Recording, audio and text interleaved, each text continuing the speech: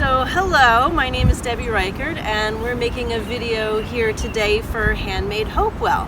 What I'm going to talk about today is making special food to put on your special handmade pottery. And because it's the season, we're going to pick some dandelions and make some dandelion fritters. So what we have here in our typical lawn are lots of dandelions. And here's a dandelion plant right here. Most of you know what it is. It's very easy to recognize. It's a plant that radiates, all the leaves radiate out from the center. And early in the spring we have our beautiful flowers.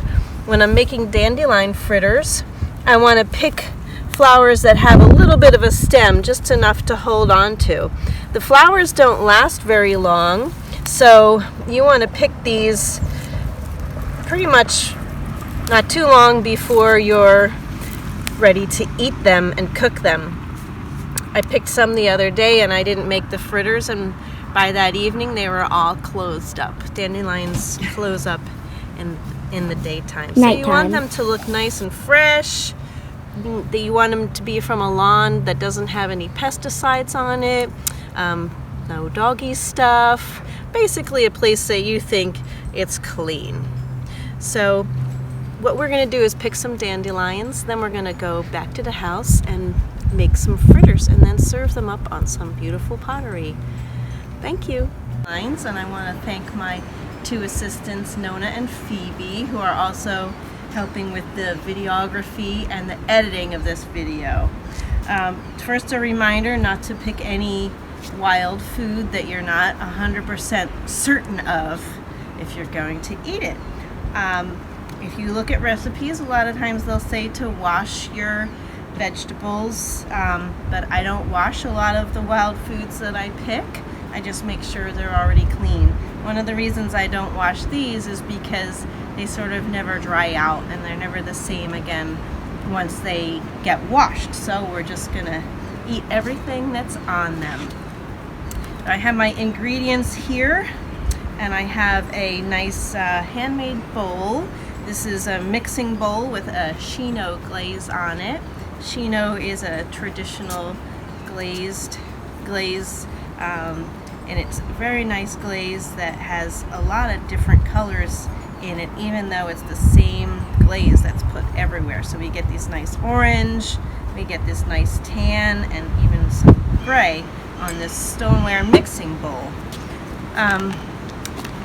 There are recipes for dandelion fritters online, but since I do this a lot, I don't really weigh everything out. I mean, I don't measure and I don't use a recipe. I just wing it. So we're gonna basically need something that's kind of sticky and floury.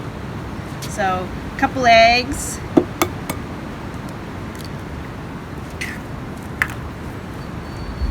Pinch of salt, a little bit of milk. Those are our liquids.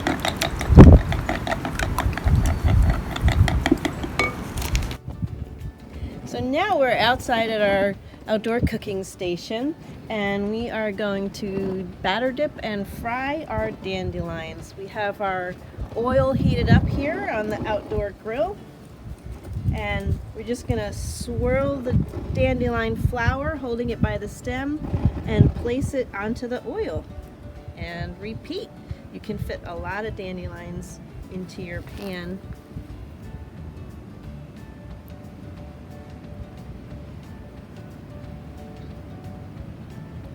By the way, you can eat any part of a dandelion plant. The whole plant is edible, so we're not going to be eating these stems. We're just going to use them as a handle, but I do want you to know if you happen to take a little bite of it, you'll be just fine. The roots, the leaves, the flowers, the stems, you can eat any of it. So your oil should be nice and hot, just like when you're frying anything. And the dandelion batter will start to sizzle. I don't flip them over. I just let them cook on one side. I'm using olive oil, but whatever your cooking oil of choice is what you can use.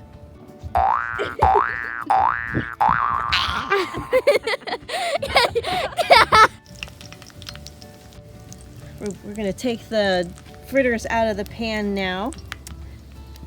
They're nice and brown on the bottom.